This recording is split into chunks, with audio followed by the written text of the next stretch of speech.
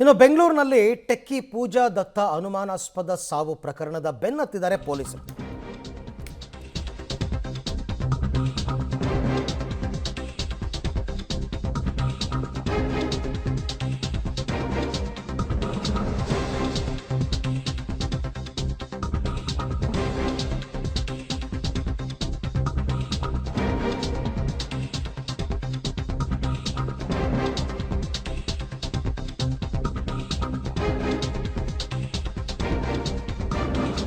ಬೆಂಗಳೂರಿನಲ್ಲಿ ಟೆಕ್ಕಿ ಪೂಜಾ ದತ್ತ ಅನುಮಾನಾಸ್ಪದ ಸಾವು ಪ್ರಕರಣ ಪೊಲೀಸರ ತನಿಖೆಯಲ್ಲಿ ಸಾವಿನ ರಹಸ್ಯ ಈಗ ಬಯಲಾಗ್ತಾ ಇದೆ.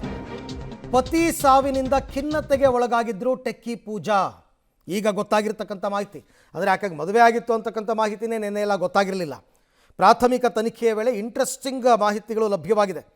ಇದು ಖಿನ್ನತೆಗೆ ಆತ್ಮಹತ್ಯೆ ಮಾಡಿಕೊಂಡಿರ್ತಕ್ಕಂಥದ್ದು ಕೂಡ ಕನ್ಫರ್ಮ್ ಆಗ್ತಾ ಇದೆ.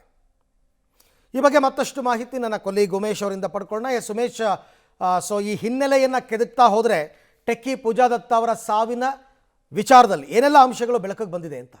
ಅರವಿಂದ್, ಇವತ್ತು ಟೆಕ್ಕಿ ಪೂಜಾ ದತ್ತರ ಮೃತದೇಹದ ಮರಣೋತ್ತರ ಪರೀಕ್ಷೆಯನ್ನು ನಡೆಸ್ತಾ ಇದ್ದಂಥ ವೇಳೆಯಲ್ಲಿ ಅವರ ಪೋಷಕರು ಕೂಡ ಬೆಂಗಳೂರಿಗೆ ಬಂದಿರ್ತಾರೆ. ಈ ಸಂದರ್ಭದಲ್ಲಿ ಆಡುಗೋಡಿ ಪೊಲೀಸರು ಕೂಡ ಅವರನ್ನ ಬಳಿ ಒಂದಷ್ಟು ಮಾಹಿತಿಗಳನ್ನು ಕಲೆಕ್ಟ್ ಮಾಡಿದಂಥ ವೇಳೆಯಲ್ಲಿ ಪೂಜಾ ದತ್ತಗೆ 2023ರಲ್ಲೇ ಮದುವೆ ಆಗುತ್ತೆ. ಮದುವೆ ಆದ ಕೆಲವೇ ತಿಂಗಳಲ್ಲಿ ಅವರ ಪತಿ ಅಕಾಲಿಕ ಮರಣ ಹೊಂದ್ತಾರೆ. ಆ ನಂತರದಲ್ಲಿ ಆಕೆ ತೀವ್ರ ಖಿನ್ನತೆಗೆ ಒಳಗಾಗ್ತಾರೆ. ಖಿನ್ನತೆಯಿಂದ ಹೊರಗಡೆ ಬರಲಿ ಅನ್ನೋ ಕಾರಣಕ್ಕೆ ಆಕೆಯನ್ನು ಜಾರ್ಖಂಡ್ನಿಂದ ಬೆಂಗಳೂರಿಗೆ ಕಳಿಸಿದ್ರು. ಬೆಂಗಳೂರಿಗೆ ಬಂದ ನಂತರದಲ್ಲೂ ಕೂಡ ಆಕೆ ಖಿನ್ನತೆ ಹೊರಗಡೆ ಬರಲಿಲ್ಲ. ಆ ಸಂದರ್ಭದಲ್ಲಿ ಅವ್ರ ಕುಟುಂಬಸ್ಥರು ಕೂಡ ನಗರದ ಹಲವು ಆಸ್ಪತ್ರೆಗಳಲ್ಲಿ ಅದಕ್ಕೆ ಸಂಬಂಧಪಟ್ಟಂತ ಟ್ರೀಟ್ಮೆಂಟ್ ಕೊಡಿಸುವಂತ ಮುಂದಾದರೂ ಕೂಡ ಈಕೆ ಟ್ರೀಟ್ಮೆಂಟು ಕೂಡ ತೆಗೆದುಕೊಳ್ಳಲಿಲ್ಲ. ಜೊತೆಗೆ ಯಾರ ಜೊತೆಗೂ ಕೂಡ ಮಾತಾಡ್ದೇನೆ ಆಗ್ಲಿಂದ 2023ರಿಂದ ಕೂಡ ಒಂಟಿಯಾಗಿ ವಾಸವಾಗಿದ್ರು ಅನ್ನೋದ್ರ ಬಗ್ಗೆ ಮಾಹಿತಿಗಳಿರುವಂಥದ್ದು. ಕುಟುಂಬಸ್ಥರು ಹಲವು ಬಾರಿ ಬೆಂಗಳೂರಿಗೆ ಬಂದು ಚಿಕಿತ್ಸೆ ಕೊಡಿಸೋದಕ್ಕೆ ಮುಂದಾದರೂ ಕೂಡ ಈಕೆ ಟ್ರೀಟ್ಮೆಂಟ್ ಕೂಡ ತಗೊಳ್ಳಿಲ್ಲ. ಆ ನಂತರದಲ್ಲಿ ಈಕೆ ಅವತ್ತಿಂದಲೂ ಕೂಡ ಮಾನಸಿಕ ಖಿನ್ನತೆಗೆ ಒಳಗಾಗಿದ್ಲು ಅನ್ನೋ ಮಾಹಿತಿಗಳು ಈಗ ಗೊತ್ತಾಗ್ತಾ ಇರುವಂಥದ್ದು. ಅದೇ ಕಾರಣಕ್ಕೆ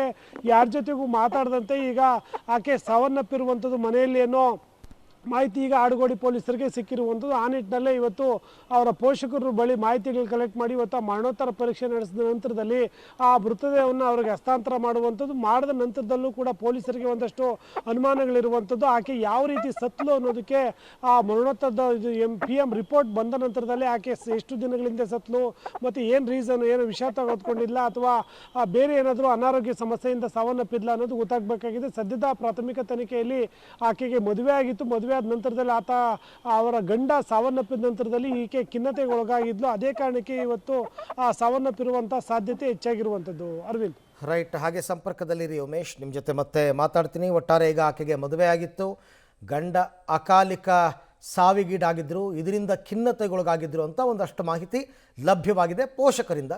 ಇನ್ನಷ್ಟು ವಿಚಾರಗಳು ಗೊತ್ತಾಗಬೇಕಾಗಿದೆ.